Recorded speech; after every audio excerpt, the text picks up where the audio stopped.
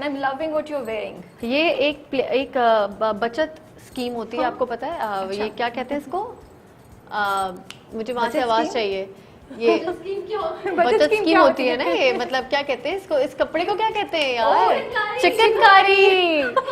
आप इमेजिन करेंगे कि दो खवातीन, उन दोनों को चिकनकारी का नाम याद नहीं आ रहा। चिकनकारी एक ऐसी चीज है कि ये आपको बचा लेती है हर बुराई से। पता है आप, ये किसी भी माहौल में और किसी भी बड़ी से बड़ी पार्टी हो या कोई भी आप पहन सकते हैं इसको। बिल्कुल सही। बल्कि हिरा जब पहन गई तो मुझे लगा अरे मुझे भी शलवार कमीज पहनना चाहिए था, इतनी अच्छी लग रही है यार। मैंने सोचा था कि मैं जीन्स और कुछ ऐसा कैजुअल पहन लूं, लेकिन पता नहीं मैंने फिर ये उतारा और पहन लिया। नहीं, you are looking lovely. Thank you so much.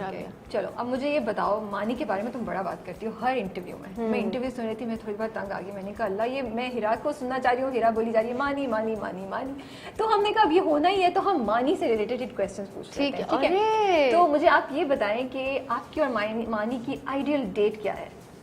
क्या होगा? रोमांटिक डिनर होगा, कहीं बाय साइकिलिंग पे जाएंगे, ये लॉन्ग ड्राइव होगी, क्या? यार बच्चे सो गए हिरा? नहीं, ये डेट है हमारे बच्चे सोते ही नहीं। हम कब डेट मारे? हम दिन भर में तुम हमें उदास कर रही हो। हम दिन भर काम पे होती हूँ, मानी अपने काम पर होता है। मतलब मेरी जब से शादी हुई है तो हम काम कर रहे हैं दोनों। एक संडे होता है, वो फिर उसमें भी कोई डेट नहीं होती। और मैं अक्सर ये सोचती हूँ कि जब हम कहीं पे जाते हैं लाइक घूमने फिरने, तो वहाँ पर हम ऐसे होते हैं। तो अब मैंने क्या आइडिया निकाला है कुछ 6 महीने से कि मैं कहती हूँ पूल एक ऐसी जगह है जहाँ फोन नहीं यूज कर सकते आप। तो मैं सारे बच्चों मियाँ को लेके पूल में गिर जाती हूँ और हम पूल में हमको 6-7 घंटे हम स्विमिंग करते हैं, हम इसके साथ टाइम स्पेंड करते हैं और बस यही हमारी डेट है राबिया। तुम मेरे बच्चों की बेबी सिट कर लो तो मैं जरूर डेट पे।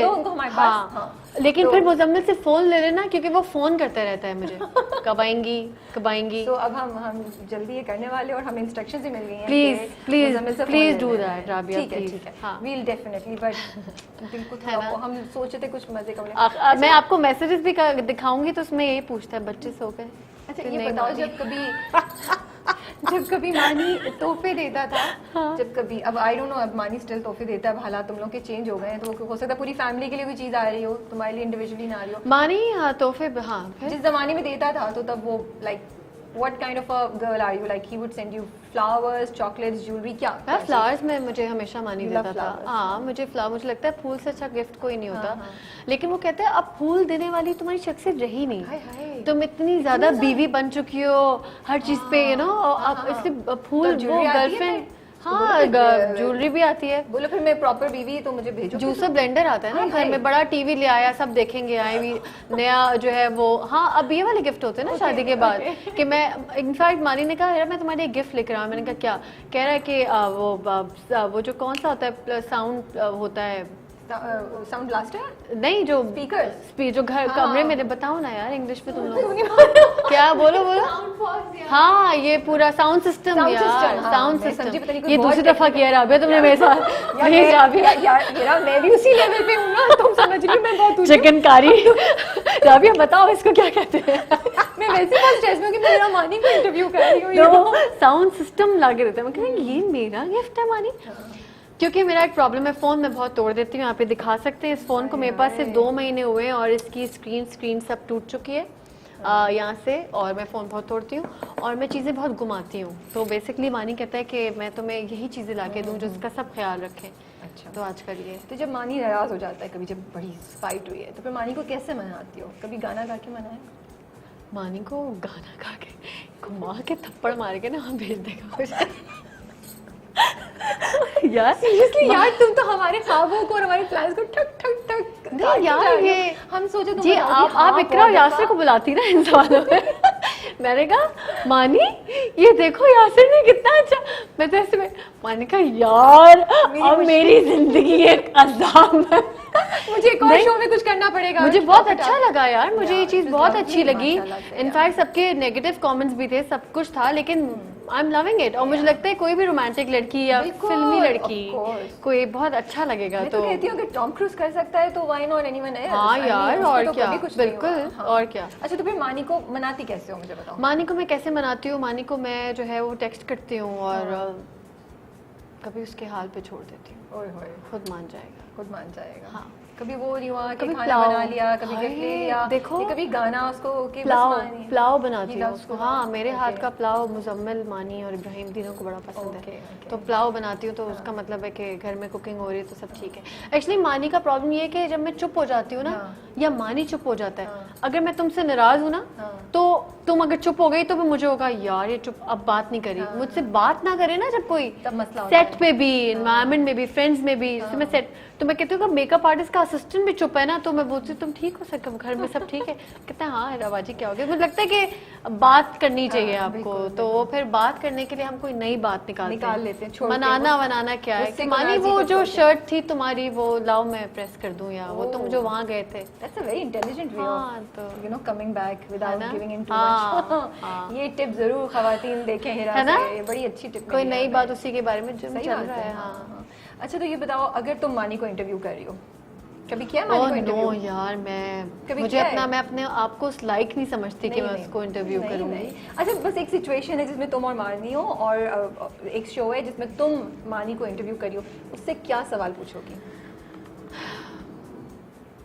उससे मैं ये सवाल पूछूंगी कि आपको अपनी बीवी से इतना प्यार है कि आपका जो स्टांस था इंडस्ट्री में, हाँ जो हर किसी के बारे में जो है वो उसकी असलियत बताता था, तो वो आपने छोड़ दिया क्योंकि आपकी बीवी का करियर चल रहा था साथ साथ, वो इफेक्ट ना हो।